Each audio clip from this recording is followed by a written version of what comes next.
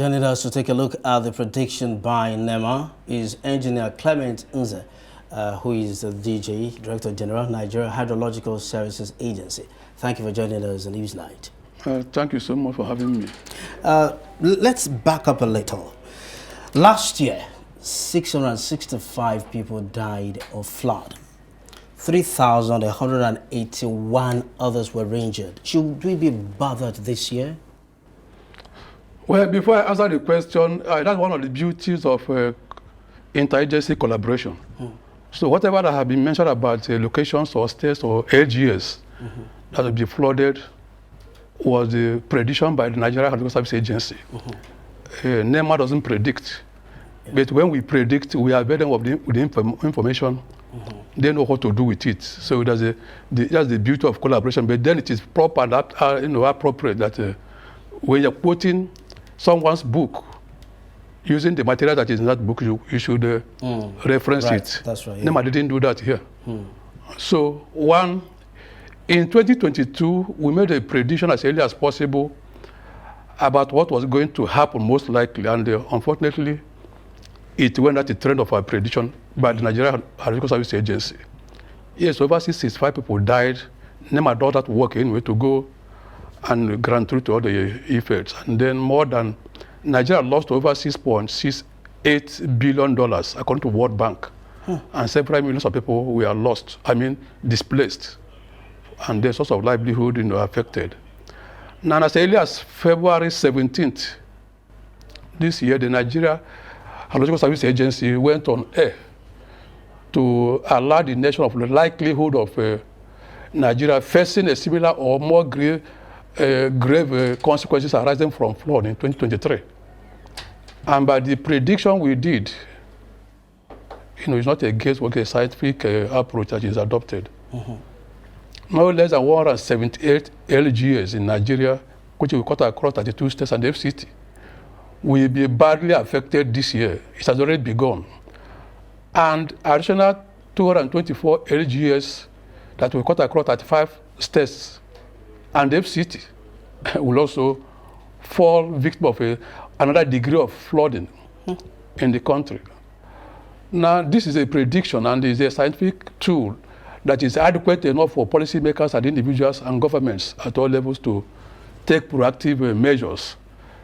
The report I quoted came out as early as possible before ever the rainfall got established across the country, that there was an adequate time for people to take action. Now, from the sign, what we are seeing so far, it is quite worrisome. In the sense that as early as April, May, and then in June, we have witnessed a lot of catastrophes arising from flood incidents, even loss of lives. So we are worried. Okay, so what have you been doing wrong? But because some would say flooding is a natural disaster, others would say no, it's a human problem. So what have you been doing wrong? How have you been careless about our environment? Yes, flood will continue to occur so long as there's rainfall. Then how we manage it is another thing, that when it becomes a disaster, like what happened in Abuja here, Trademore Estate. Now, before you develop any location, you should be able to carry out basic studies. Right. They're what we call a flood vulnerability mapping of an environment, like that of Trademore Estate. Maybe one big person who has access to government just secured some hectares of land and then used biro and pencil, began to demarcate plots, 50 by 50, 100 by that, and so on. And then maybe you may come up with about 1,000 houses or plots. You begin to develop, which is wrong. Now, not to say 1,000 plots or houses. How many plots have you allocated to flood, to runoff? You are trying to interfere with natural ecosystem. If you carry out a environmental impact assessment of what you're bringing in or put on top of that place, it will tell you what you should do. That possibly, if it is 1,000 plots, allocate 50 for issues about flood, that there will be runoff during the rainfall, where do you channel it? But in that of Trademore Estate, nothing was done like that according to FCT administration, that nothing was done. That's why the you could see the permanent secretary with his team, that so many places will be demolished. So we don't do studies. We don't adhere to town planning rules. We don't enforce. Okay, so when you say we don't enforce, I like that you started with statistics, and I like that you also said something that is the Nigeria Hydrological Services Agency, yes, that does the prediction. I was amongst one of the press conferences you had this year, from the start of this year, where you talked about how that it was going to be, even if not more impactful than last year's. Yes. You case in study was the Trademore incident that you just mentioned. Yes, yes. You talked about some people, some big men who have the access to the barriers to, allocate these lands. What can the government do? Because the lives of I'm sure that you heard about the, incident in Trademore, the number of people that their houses will be demolished because it's been embarked, and people keep, yes, people die from this incident. So what can be done? It is left for government. No individual can, exercise such powers to do certain things. But government has the machinery. In the FCT here, you have Development Control Department. You have Abuja Environmental Protection Board. You also have the FCT, Emergency Management Agency, FEMA. You have the Engineering Services Department. These bodies I've mentioned under the FCT, for instance, have necessary laws backing them up to take action. What I'm saying is that government apparatus should be able to exercise the powers conferred on them by the law. I know that several houses have been demolished so far in the FCT. I've not heard so much when you go to other states. Although I heard the governor of Delta State threatening people that they were going to demolish some houses that are within the flood plains or that were too close to the river banks. So let the government utilize what is available to it and take action. I know that people will cry about political or other victimization because of the political leanings and so on and so forth. But let the right thing be done. Last year we've mentioned the statistics, so much of them that Nigeria lost. Over 200,000 families were displaced in flood last year, and about 1 million farmlands destroyed. Yes. Let's look at the economic implications. Speak to us about what we're losing in the economy to flood.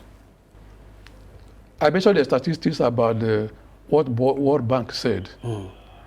In 2019 or 2022, Kebbi State, which is the biggest state that produces rice in Nigeria, lost several hectares of rice farm. Likewise, Jigawa. Now, the implication of that is we'll be threatened with food security issues. There will be implication to that. And I recall, based on the work of my agency, the Nigeria Hydrological Services Agency, a number of times, Presidency has issued documents as to what must be done. For instance, giving directives to the relevant ministers. Mr. President, as the chairman, National Food Security Council, gave that directive that find out what should be done to ensure that the disaster that accompanies flood becomes a thing of the past. And also on October last year, also based on our work, which at a particular critical time of the year, August, September, October, we update Mr. President about what is happening in Nigeria with regard to flood. So a directive was given that action should be taken involving all the states. Okay, so quickly, let's talk about the Lagdo Dam, because year in, year out, especially during the rainy seasons, it overfills beyond the capacity, and then you have the likes of Adamawa and Benue states bearing the brunt. What can be done? Because, I mean, the rains are literally every day we have the rains pouring. What can be done? Because we talk about statistics yearly. We talk about, precautionary measures yearly, but lives are being lost yearly. And I'm very sure, as we're, tilting towards the year, towards the middle of the year, the end of the year, we'll still have that outpouring. I do not know, but you're in a better position to say. So what do we do? Because when the Lagdo Dam is really, what do we do then? I want to speak as a hydrologist. Now, it is wrong most of the time that whenever there is a flood incident within the Benue sub-basin, we blame it on Lagdo Dam. Lagdo Dam is about 7.6 billion cubic meter capacity, built between 1977 and 1985. Nigeria, unfortunately, couldn't build its own. That's in Hausa Dam, about 16 or 15 billion, more than twice the capacity of that of Lagdo Dam.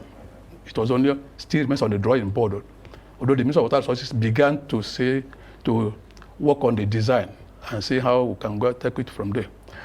Now, not every flood incident in Adamawa, Taraba, and Benue, that is within the Benue sub-basin, is caused by Cameroonian dam, Lagdo Dam. They didn't release water last year, 2022. They released 2019, that was the last time, and also in 2012, that was when they released water. 2012, 2019. The issue is, most of our rivers in Nigeria are silted. The carrying capacity has been drastically reduced. Likewise, our dams, over 50 years, like Kanji Dam, 1968. So that any little inflow into them translates to flood of the environment. Now, the Lagdo Dam, assuming that what we call dam break analysis, that in the event this dam is filled up and it breaks, if you trace the evolution of that water that is coming from the dam, before it reaches Yola Numa, it has attenuated. It has completely, flattened. But the main issue that has been causing flood in that flank, we have a lot of active rivers, tributaries of the Benue, within Nigerian catchment that are free flowing, no dams, apart from Kasinala River, where we have a Kashimbila Dam that can regulate what is coming to the main trunk of River Benue. So do you suggest we have a drain that could help, all of that to contain the effects of this? Quickly, because we're out of time. We should dredge. I think I heard the Senate, Senator Adams Oshomole talking about they want to probe what will happen to the fund made available to dredge rivers Niger and Benue. So your recommendation is dredging. Dredging will do a lot of It's a good place. It's a good place to end the chats with you. But we must thank you very specially for coming on Newsnight. Mr. Clement Nze, Director General, Nigeria Hydrological Services Agency. Thank you very much indeed for coming on Newsnight.